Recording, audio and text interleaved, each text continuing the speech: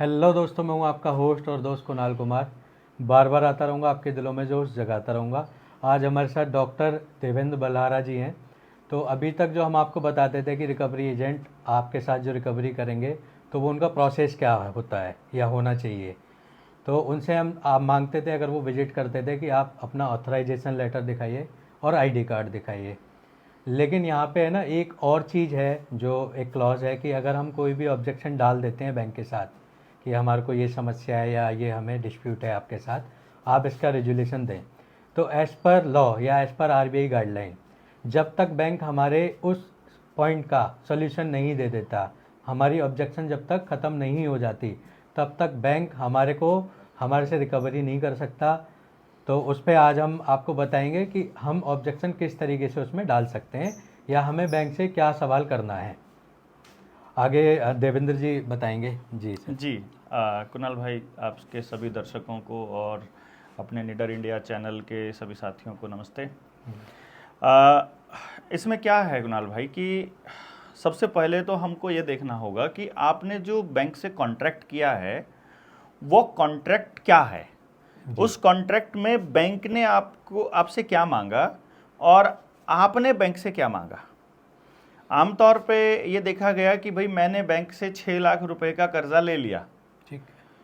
तो 6 लाख रुपए का कर्जा आपको मिला भी है कि नहीं मिला है, ये जाने बिना आप इतने प्रेशर में क्यों आए हो। जी।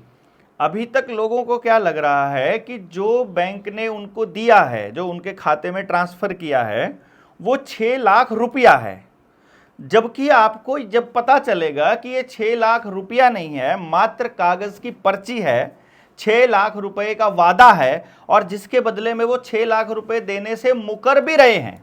मैं इसलिए बोल रहा हूं कि जब हमने बैंकों को आवेदन लगाया, और आवेदन ये नहीं लगाया कि आपके कर्जे को किस तरह से हम चुकता करना चाहते हैं, हमने बैंकों को आवेदन लगाया कि मेरे पास एक 2000 रुपये का नोट है या 500 रुपये का नोट है और उसके ऊपर लिखा हुआ है मैं धारक को 500 रुपये अदा करने का वचन देता हूं, और नीचे हैं आरबीआई के गवर्नर के सिग्नेचर। इसका मतलब आरबीआई के गवर्नर ने देश के लोगों के नाम एक प्रोमिसरी नोट जारी किया हुआ है, रुपए का प्रोमिसरी नोट, जिसको हम बैंक नोट बोलते हैं। वो बैंक नोट आपके पैसे की, आपके धन की गारंटी है, जो कि आरबीआई अपने पास रखे हुए है। यानी आरबीआई ने आपका रुपया अपने पास रखा और उस रुपए की पर्ची आपको दे रखी है। तो जो बैंक आपको दे रहा है, जो बैंक आपको लोन के रूप में डिजिट आपके खाते में, वो पैसा नहीं है, वो रुपया नहीं है, वो रुपए की पर्ची है। जैसे कि मैं अगर आपको लिख कर दे दूं कि मैं आपको 10 किलो खांड देने का वादा करता हूं, ठीक है, तो अब वो उस पे सिग्नेचर है जी। वो दुकानदार मुझे जानता है, आपको भी जानता है, आपको चाहे जानता हो चाहे ना जानता हो, लेकिन मैंने उस पर लिख दिया कि मैं धारक को 10 किलो खांड देने का वादा करता हूं। अब उसको आप खा नहीं सकते पर्ची को, बिल्कुल सही, लेकिन वो 10 किलो खांड के बराबर चलेगी जी। जब भी आपको खांड की जरूरत हो, आप उस दुकानदार को वो पर्ची दे दो और उससे खांड ले लो। आपको पैसे देने की जरूरत नहीं है, कुछ भी देने की जरूरत नहीं है। तो आप देनदार हो क्योंकि सिग्नेचर आपके हैं, कि या फिर मैंने अगर दिया है तो मेरे सिग्नेचर है, तो मैं उस दुकानदार को देनदार हूं। आप जाकर के उस पर्ची को दे सकते हो, या कोई भी एनीबॉडी, मैं उसका देनदार। तो इसी तरह से आरबीआई ने जब ये लिख करके दिया कि मैं धारक को 500 रुपए अदा करने का वचन देता हूं, तो आरबीआई 500 रुपए देने का वादा कर रही है जी। अब यदि इस 500 रुपए के बदले में आपको 500 रुपए के नोट के बदले में यदि आपको 500 रुपए नहीं मिलते हैं, तो वहां आरबीआई का जो ये प्रोमिसरी नोट है, ये एक तरह से बाउंस होता है, जैसे हमारा चेक बाउंस होता है, और उसके ऊपर आरबीआई के ऊपर मुकदमा होना चाहिए जी। अब हमने आवेदन लगाया बहुत से बैंकों को, और बहुत से बैंकों में आरबीआई के नाम पे, इशू ब्रांच को नाम, कि आपसे हमको ये जो 500 रुपये का नोट है और ये 2000 का नोट है, हम इसके बदले में कोई बैंक नोट नहीं चाहते, हम अपना रुपया चाहते हैं जो आरबीआई में जमा है जी। क्योंकि अभी तक क्या है, नॉर्मली जो लोग हैं उनको तो ये भी नहीं पता है कि रुपया क्या होता है। वो तो क्या सोच रहे हैं कि जो आपकी जेब में नोट हैं या जो आपके मोबाइल में डिजिट है, वो इसी को रुपया बोल रहे हैं, वो उसी को रुपया बोलते हैं। मैक्सिमम लोग उसी को रुपया बोल रहे हैं जी। और जो बैंक ने दिया वो रुपया नहीं है। और जो आपकी जेब में है ये भी रुपया नहीं है। इसको थोड़ा सा गौर से अगर आप देखोगे तो मैं आपको एक नोट दिखाता हूँ। इस नोट पे, ये 500 रुपये का नोट है। इस नोट के ऊपर ये लिखा है, अंग्रेजी में लिखा है, I promise to pay the bearer on demand the sum of 500 rupees. बिल्कुल। मैं धारक को 500 रुपये अदा करने का वचन देता हूँ, जी। शशिकांत दास, और नीचे गवर्नर। अभी इसके मुकाबले आप एक और नोट देखिए, इस नोट पे कुछ और लिखा है, जरा पढ़ के बताइए दर्शकों को अपने। I promise to pay the bearer on demand the sum of 5 rupees at any office of issue. जी। ये चीज वहां नहीं लिखी हुई जी। ये 5 का नोट था उस वक्त के, ये 1968 से पहले का नोट है ये। तो 1968 से पहले ये प्रॉमिसरी नोट हुआ करता था जी। आरबीआई का। 100 रुपए के नोट भी ऐसे ही होते थे, 10 रुपए का नोट भी ऐसे ही होता था। अब ये जो नोट है, सबसे पहली बात जब हमने आरबीआई से आरटीआई डाल करके पूछा कि क्या हम किसी का प्रॉमिस बदल सकते हैं, क्या किसी को गवर्नर का प्रॉमिस जो देश की जनता के नाम है, जो कभी किसी गवर्नर ने दिया था, क्या उसे बदलने का हक है? तो कानून के ज्ञाता जो वकील हमें मिले, उन्होंने बताया कि आप किसी और का तो छोड़िए, आप अपना भी प्रॉमिस नहीं बदल सकते, अपना भी एफिडेविट बदलना जो है वो जुर्म है। ठीक है। तो अच्छा, एफिडेविट नहीं बदल सकते, तो आरबीआई ने बदला हुआ है। हमने आरटीआई डाली, आरबीआई ने कहा आरटीआई के जवाब में कि नहीं, हमने तो ना पहले सिर्फ अंग्रेजी में होता था, अब हिंदी और अंग्रेजी दोनों में होता है। फिर उसके ऊपर काफ़ी बहस हुई वर्मा जी की, पूरा सीआईसी के अंदर। और पूरी बहस के बाद जब आरबीआई का गवर्नर, वो जो आरबीआई की तरफ से जो डायरेक्टर आया हुआ था, उसने जब बताया कि जी हम आपके सवाल को समझ नहीं पाए, पर हाँ हमने ये प्रॉमिसरी नोट बदला है। जैसे ही ये लाइन आरबीआई ने हमें लिख कर दी और उसकी सर्टिफाइड कॉपी दी, उसी दिन ये साबित हो गया कि यदि आपने किसी का प्रॉमिस बदल दिया तो जो बदला हुआ प्रॉमिस है वो फेक माना जाएगा, वो गलत माना जाएगा। मतलब ये जो 500 रुपये का नोट है ये फेक माना जाएगा, क्योंकि इस पर लिखा हुआ जो नोट है ये बदला हुआ है, ये असली प्रॉमिस नहीं है। एक तो सबूत हो गया ये, ठीक है, कि भाई ये नोट नकली है। दूसरी चीज, फिर हमें एक चीज सामने आई कि असली नोट और नकली नोट कौन सा होगा। असली नोट में और नकली नोट में क्या फ़र्क है? अभी इस 1 रुपये को आप देखो, इस 1 रुपये के ऊपर क्या लिखा हुआ है? Government of India. Government of India. इस पर तो कहीं नहीं लिखा हुआ। 5 रुपये के नोट के ऊपर तो, इस 2 रुपये के नोट पर तो कहीं नहीं लिखा हुआ गवर्नमेंट ऑफ इंडिया।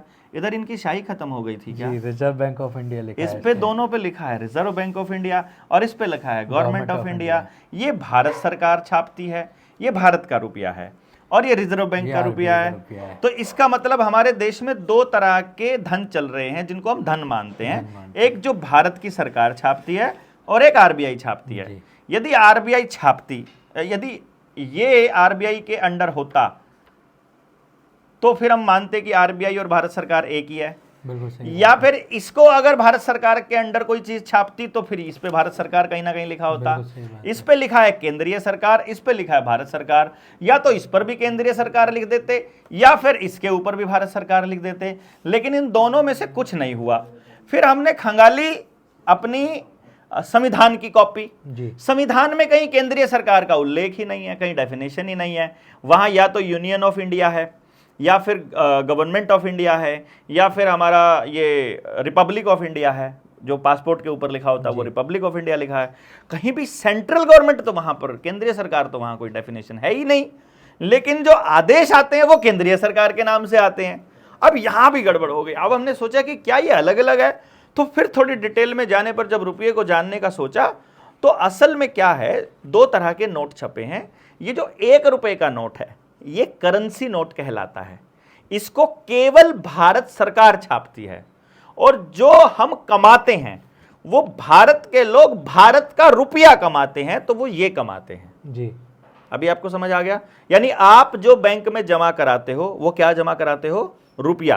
क्योंकि आप क्या करते हो, आप मेहनत से कमाते हो। आपने दिहाड़ी करी, या दिन में मेहनत करी, या किसी की कंपनी में नौकरी करी, या आपने अपनी भैंस बेची, या आपने गेहूं बेचा, या आपने चावल बेचा, चना बेचा, कपड़ा बना के अपनी मेहनत को जब आप बेचते हो तो आप रुपया कमा करके बेचते हो। ठीक है। जब ये आपका अनाज सरकार के पास जमा हो जाता है तो सरकार उस धन के बराबर का सोना आरबीआई में रिजर्व रखती है और उस सोने के बराबर के नोट ही छाप करके आपको देती है। तब इसी तरह छपता है, जितना धन, जितना प्रोडक्शन होता है उस प्रोडक्शन के मुकाबले में ही ये नोट छपते हैं।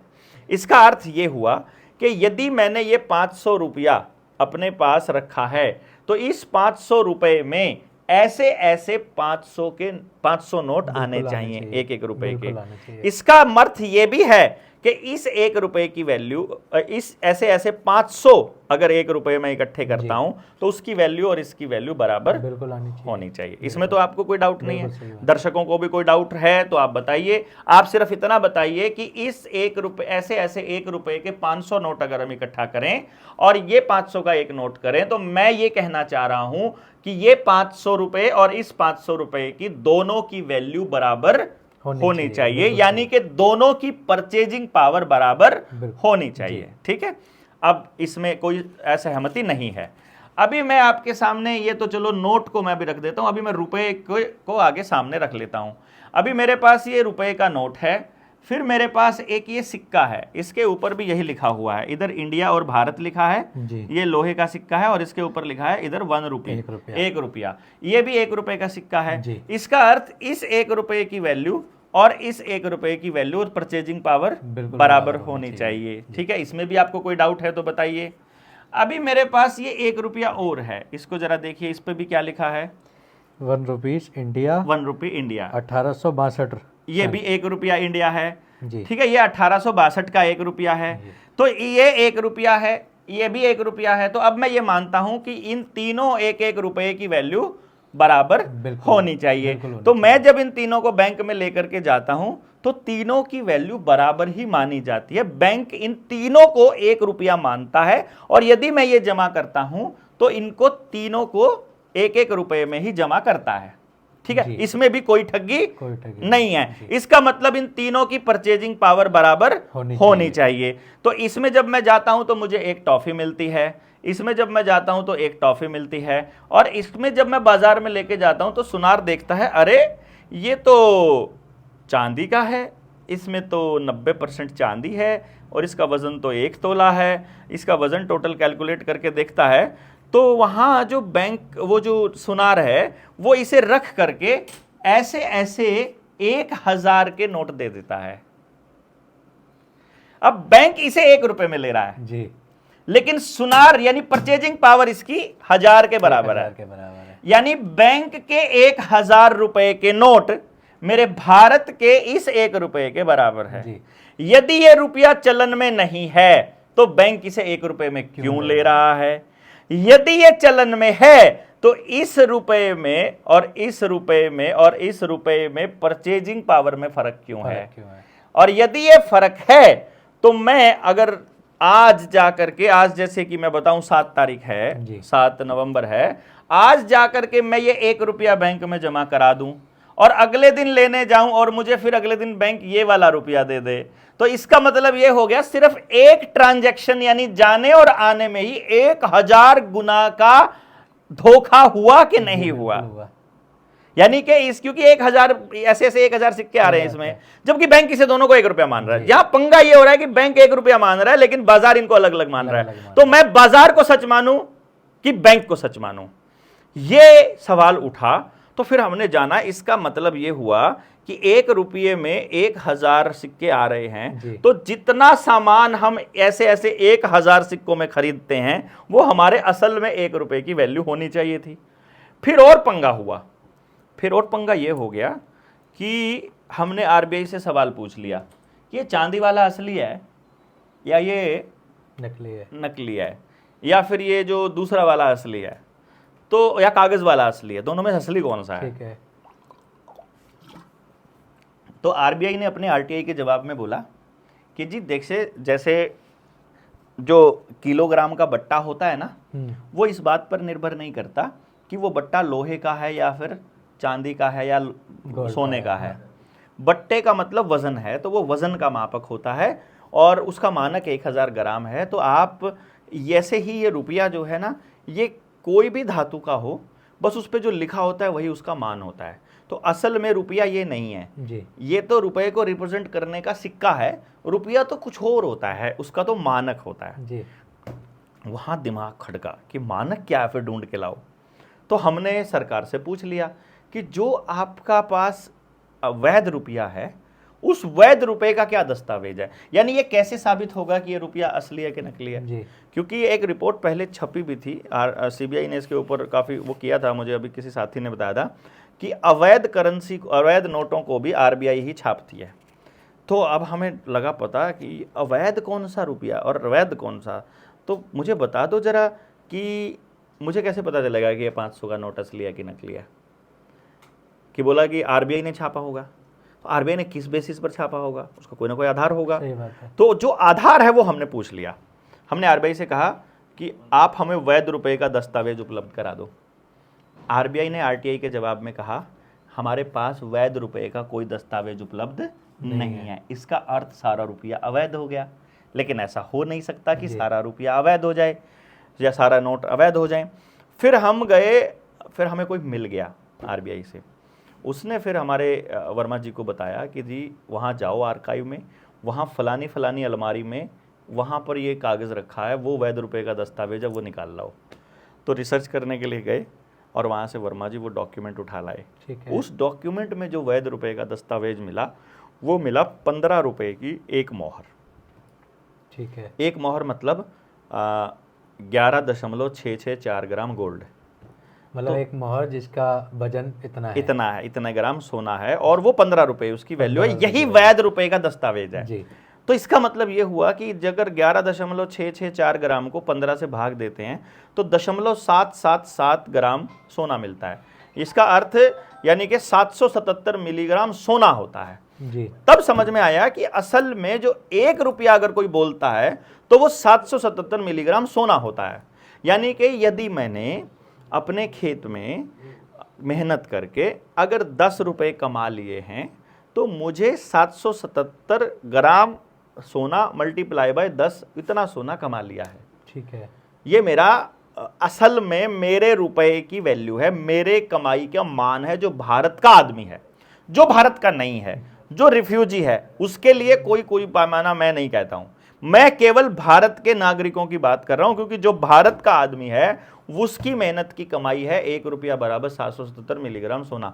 जब तक वहां पर 777 मिलीग्राम सोना नहीं होगा तब तक 1 रुपये का नोट नहीं छप सकता। जी। अभी समझ आ गया आपको? समझ आ गया। इसका अर्थ ये हुआ कि जो भारत का नागरिक पैसे जमा कराता है बैंक में, वो असल में सोना जमा कराता है, उसी के बराबर के नोट छपकर आते हैं। सही बात। क्योंकि वो धन जमा कराता है ना, बैंक में जमाया जाएगा तो वो अपनी भैंस को किसी को दे करके जमा करा रहा है। बेशक वो उस नोट को ही धन मान रहा है, लेकिन असल में तो वो असली धन को दे कर गया है ना। अब यदि उसे पता चले कि असली धन के बदले जो ये नोट मिल रहे हैं ये नकली मिल रहे हैं, तो कितना बड़ा धोखा हो गया उसके साथ। 777 मिलीग्राम सोने की जो इन बैंक के नोट के बराबर कीमत है वो 6300 रुपए के बैंक नोट बनते हैं। इसका अर्थ ये हुआ कि जब भी आप बैंक में अपना 1 रुपया जमा कराकर 1 रुपया निकालते हो तो यहां पर अगर कर रहे हो तो 1000 गुना की ठगी होती है। और जब आप असली में अनाज जमा कराते हो या किस्त जमा कराते हो बैंक में अपनी कमाई से, तब आपकी 6300 गुना की ठगी होती है। इसको सच जानने के लिए हमने आवेदन डाल दिया बैंकों में। आवेदन डाल के हमने पूछ लिया कि जी आपने जो हमको पैसा दिया था, जो हमने लोन मांगा था आपसे, और उस लोन में आपने हमको रुपया दिया था कि रुपए के नोट दिए थे, और जो नोट दिए थे वो असली दिए थे कि नकली दिए थे? क्योंकि हमको पता चला है कि आपने कूटखरीद रुपया भी चला हुआ है, तो हमें ये डाउट है कि आपने हमें कूटखरीद रुपया दिया है। यदि आपने हमें कूटखरीद रुपया नहीं दिया है तो आप हमको बता दो कि हमने आपको असली रुपया दिया है, और यदि आपने डिवैल्यूएट किया हुआ रुपया दिया है तो आपको आजीवन कारावास तक की सजा होगी। और लेकिन फिर भी हम लॉ अबाइडिंग सिटीजन हैं, हम आपका पैसा बिल्कुल कानूनी तरीके से चुकता करेंगे। तो 6300 के बराबर का हिसाब है, यानी 6,30,000 रुपए का लोन अगर आपने हमको दिया है। देखो असल में तो हमने रुपए मांगे थे, दिए उन्हें बैंक नोट दिए, उन्होंने रुपया नहीं दिया, रुपए के बैंक नोट दिए। उस बैंक नोट की कीमत 6300 गुना कम है। तो इसका मतलब 6,30,000 रुपए का लोन यदि बैंक ने हमको दिया है 100 तो रुपए दिए। असलियत में उसने हमें 100 रुपया ही दिया है। जी। तो जो मैं मेहनत करके तुमको किस्त दिया हूँ 1,000 रुपए की, हाँ। असल में मुझे 100 देने थे, तो मेरे 900 वापस करो। 900 वापस करें। जितनी भी किस्त हमने जमा कराई है, हमने असली धन कमाया है। जी। बैंक ने वो छाप कर आपको दे दिया, बिना मतलब एवं ही बस डिजिट लिखा और दे दिया। हाँ। मैंने कमा कर आपको दिया, सही बात। मैं दे रहा हूं रुपया, तुम दे रहे हो नोट। नोट की और रुपए की कीमत होनी चाहिए बराबर। तो अगर आपको मानते बराबर हो तो 500 रुपया बैंक में लेके जाओ और बोलो मेरा रुपया दे दो। एक एप्लीकेशन लगाओ बैंक में, कोई भी जिसने भी लोन ले रखा है, अगर आपको बैंक फ्रॉड की सच्चाई जाननी है। वैसे तो जनता सरकार मोर्चा 24 नवंबर को तालकटोरा स्टेडियम में एक बहुत बड़ा सेमिनार कर रहा है, जिसमें इसकी किताब पूरी सबूतों के साथ, सारे सबूतों के साथ लॉन्च करने वाला है।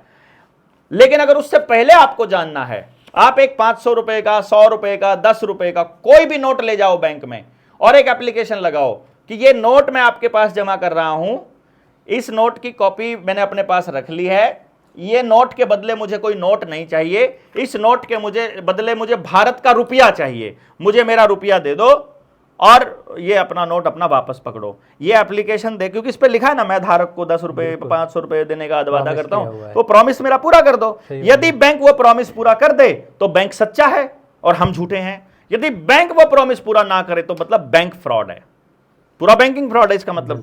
तो आप जाकर के चेक कर लो, आपने लोन लिया हुआ है तो जिस दिन ये असल में बैंक का दिया हुआ चेक है, प्रॉमिस है, अगर ये देने से मना कर दे 1 महीने के अंदर, 1 महीने के अंदर अंदर, तो भैया इसका मतलब बैंक का चेक बाउंस हुआ है, उसके ऊपर 138 का मुकदमा दर्ज होना चाहिए। जो जिसका चेक बाउंस हो गया, ये इस पे बड़ा बहस हुई थी हमारी। एक जोनल मैनेजर थे यूनियन बैंक ऑफ इंडिया के, दिल्ली में ही बैठे थे, तो हम काफ़ी लंबी चर्चा हुई थी। उन्होंने मुझे बोला, आप ऐसा करो ना बलहारा जी, आपने ये आप कह रहे हो ये नोट नकली है? मैंने कहा हाँ। आप कह रहे हो कि बैंक ने नोट दिए हैं, पैसा नहीं दिया? मैंने कहा हाँ। तो ऐसा करो, नोट ही दे दो वापस। जी। उन्होंने मुझसे सवाल पूछ लिया कि नोट ही दे दो वापस। मैंने कहा आप एक काम करो, यही चीज़ लिख कर दे दो। आपने भी तो हमसे सब कुछ लिखित में लिया था ना। सही बात है। आपने भी तो हमसे सब कुछ रिटर्न में लिया है, सारे सिग्नेचर कराए, सारे डॉक्यूमेंट लिए। जब लोन देते हैं तो हाँ, उसको सारे डॉक्यूमेंट वेरीफाई करते हैं, सब कुछ करते हैं। तो आप हमसे रिटर्न में मांग लीजिए, हम आपको दे देंगे। अब वो रिटर्न में भी मांगने को तैयार नहीं। फिर कहने लगे कि गोल्ड स्टैंडर्ड तो खत्म हो गया था। मैंने कहा कब हुआ था? कोई एक आदेश, कोई कानून, कुछ तो हुआ होगा। हाँ। कोई तो आदेश पारित हुआ होगा या चुपचाप हो गया? जो 15 रुपए में एक मोहर की वैल्यू है, जब आपने खत्म टूटी होगी तो कोई तो कागज, कोई तो कानून बनाया होगा। वो कानून तो बता दो जी। कौन सा कानून है जिसके तहत आपने गोल्ड स्टैंडर्ड खत्म किया, पहले तो वो बता दो। किस कानून के तहत आपको परमिशन है या फिर आपको वो आपके पास पावर है वो खत्म करने की, वो बता दो जी। और यदि वो खत्म नहीं हुआ है तो फिर इसका मतलब इसके बदले में हमारे को सोना मिलना चाहिए। बिल्कुल सही बात है। अब वो बोलते हैं कि ये तो खत्म हो चुका है, आप बलहारा जी मानो या ना मानो, लेकिन इसके बदले में गोल्ड अब रखना नहीं पड़ता। मैंने कहा मैं आप ही की बात को सच मान लेता हूँ। मैनेजर को मैं बिल्कुल, जोनल मैनेजर था, बड़ा अफसर था उनका, कई सारे बैंक मैनेजर्स बैठे हुए थे, ब्रांच मैनेजर्स। फिर भी मैंने उससे पूछा, मैंने कहा कि ये जो गोल्ड स्टैंडर्ड खत्म होने वाली बात आप कह रहे हो, ये गोल्ड स्टैंडर्ड खत्म होने का मतलब समझा दो आप थोड़ा सा हमको। वो बोले इसका खत्म होने का मतलब ये है कि अब बैंक को नोट छापने के लिए गोल्ड रखने की ज़रूरत नहीं है। अच्छा, इसका मतलब बैंक जितने मर्जी नोट छाप सकता है? बोला हाँ। तो फिर हमारे वाले भी छाप लो जो हमसे लेने हैं। सही बात है। जो देश की जनता को इतना बेवकूफ़ काहे को बना रखा है भाई? उसकी कॉस्टिंग हमसे ले लो, 5 रुपये में चलता होगा, छाप दो ना, 2 रुपये 3 रुपये खर्चा आता है। 3 रुपये नहीं, 3 रुपये के नोट, बैंक नोट। मतलब जब तुम्हारे पास कोई नियम है छापने का तो वो नियम हमको बताओ और बताओ कि उस नियम से कितने नोट छपे हैं, और यदि बिना नियम के छपे हैं तो नकली हैं। हमारे भी छाप दो। फिर हमारे वाले भी छाप लो जो हमसे लोन में लेने हैं। तो उसको कोई जवाब मिला नहीं। उसने कहा फिर हमें लीगल कार्रवाई ही करनी पड़ेगी। मैंने कहा हाँ हमको पता है, ये जितने कोर्ट हैं, जितने जजेस हैं, ये तुम्हारे ही इसी रुपये के चक्कर में हैं, ये जितने थानेदार हैं इसी चक्कर में हैं, तो तुम्हारी तो खाट खड़ी करेगी देश की जनता। ये कानून के बस की बात तो मुझे लग नहीं रही है, क्योंकि सुप्रीम कोर्ट को भी तो इतना सारा ऐशो आराम, उसके जजेस को जो इतना सारा ऐशो आराम, इतनी सुविधाएं, ऐसा टॉर, ऐसी ताकत मिलती है, वो इसी से मिल रही है, इसी पैसे से मिल रही है। अगर ये उनके पास ना मिले उनको तो सब गायब हो जाए नीचे से, क्योंकि उनको जो सुविधाएं हैं वो इसी धन से मिल रही है ना। और देश की जनता अगर अपना धन खींच ले वापस तो उनके पास क्या रह जाएगा, मतलब नंग धड़ंग हो जाएंगे सब। जितने नेता अभिनेता बड़े बड़े इंडस्ट्रियल, सबके नीचे के पैरों की जमीन ये देश की जनता खींच सकती है अकेला। सिर्फ उसे कुछ नहीं करना है, वो बैंक के बाहर प्लान करके जाओ, जिस गांव के अंदर बैंक खुला हुआ है 100 लोग चले जाओ उस दिन और बोलो ये 100 के नोट जमा करो हमारे और इसके बदले हमारे को 100 रुपए दो, बस कुछ नहीं करना। वो बोलेंगे सिक्के, सिक्के नहीं रुपया चाहिए हमको, या कह दो कि ये नोट या कह दो कि ये वाला रुपया जो है वो नकली है, या कह दो कि ये नकली है, या यही दे दो तुम। सही बात है। अभी मैं तो सोना मांग रहा हूं, लेकिन तुम पहले अभी फिलहाल यहां तक तो आओ। सही बात इसमें भी फंसेंगे वो मरेंगे अगर उनको, मतलब अगर वो वहां वापस आ गए तो देश की जनता उनको बाहर निकाल के कूट के भगाएगी जिस दिन देश की जनता को समझ आ गया। तो 24 नवंबर को बड़ा हो सकता है कि देश को समझ में आए कि किस दिशा में हम काम कर रहे हैं।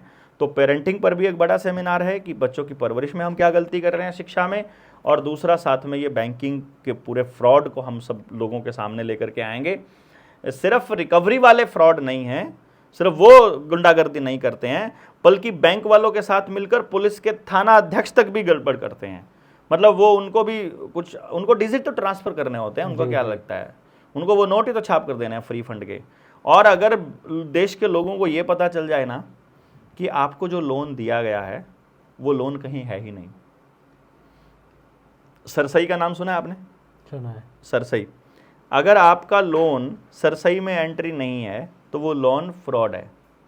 तो अगर कोई साथी को ये देखना है कि उसका लोन वैध है कि अवैध है, उसका ये भी चेक कर लेंगे ना, CERSAI sarsai.com पे जाओ, अपने लोन की डिटेल्स एंटर करो, वहाँ पर अगर आपका लोन वहाँ एंटर्ड है तो आपका लोन फिर भी बैंक ने वैलिड तरीके से सोच करके दिया है।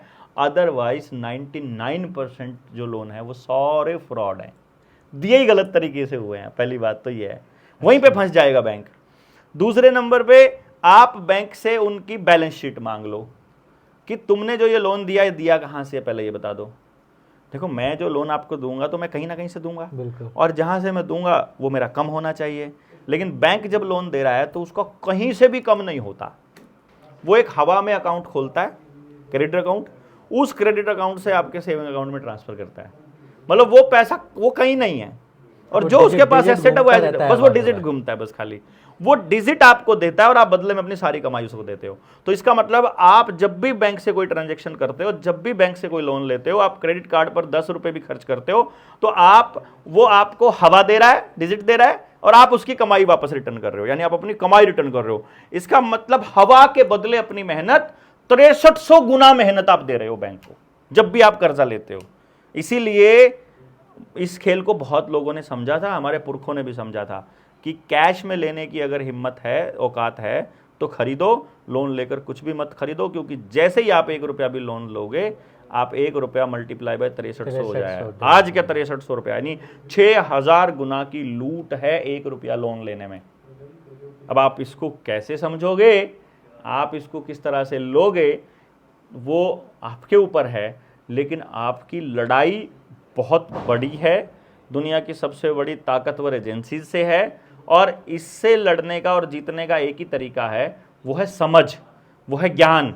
अगर आपको पता चल जाए कि ये समस्या है और ये समाधान है तो ऐसे चुटकियों में समाधान होता है। तो हमने आवेदन लगाए हैं बहुत से लोगों के, जिसमें अभी तक बैंक वाले जवाब नहीं दे रहे। मेरे को भी ये मेरे व्यूवर से एक फीडबैक मिला था। हाँ। कि उसने सेम आवेदन लगाया था कि आप इसको बताइए, जो जनता सरकार मोर्चा वाला। हाँ, तो वो आज तक जवाब नहीं आया उनके पास।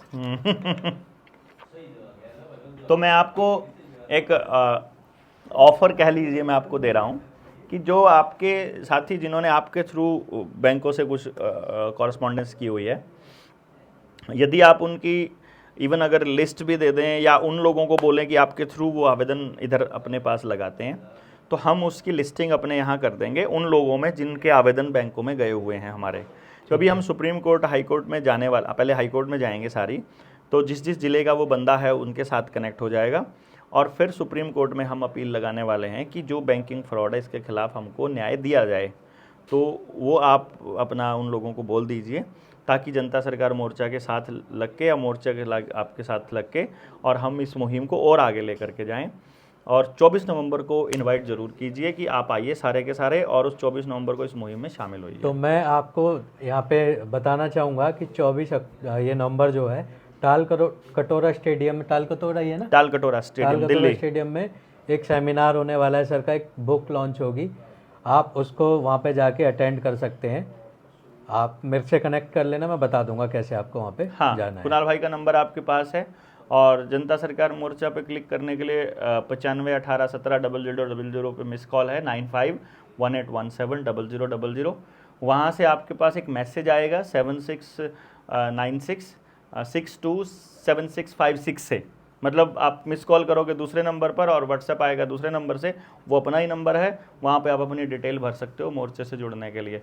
और निडर इंडिया चैनल पे स्ट्राइक लग गई है, 24 को अपना सेमिनार है, 22 तारीख तक की स्ट्राइक है, 15 दिन निडर इंडिया चैनल शायद नहीं खुलेगा। अपील हमने डाली है, अगर कल परसों तक खुल गया तो बात अलग है, अदरवाइज हर बार ये ऐसा ही करते हैं। तो डॉक्टर देवेंद्र बल्हारा का चैनल है, उस पर हम लाइव आएंगे, जो संडे की लाइव आनी थी वो लाइव डॉक्टर देवेंद्र यूट्यूब के ऊपर, यूट्यूब पे डॉक्टर देवेंद्र बल्हारा, और फिर फेसबुक पर भी पैरेलल में आएंगे हम, देवेंद्र बल्हारा वाला जो फेसबुक पेज है उस पर, ताकि सभी लोग कनेक्टेड रहें। तो अभी आपको कनेक्शन जो शिफ्ट करना है वो डॉक्टर देवेंद्र बल्हारा वाले चैनल पर करना है, जब उधर से वो हो जाएगा तो तब उसको भी हम चालू कर देंगे पैरेलल में। तब तक के लिए आप सब लोग जुड़े, आप सब लोगों का बहुत बहुत धन्यवाद। आप कुछ कहना चाहें तो कुछ, बहुत बहुत धन्यवाद, थैंक यू वेरी मच।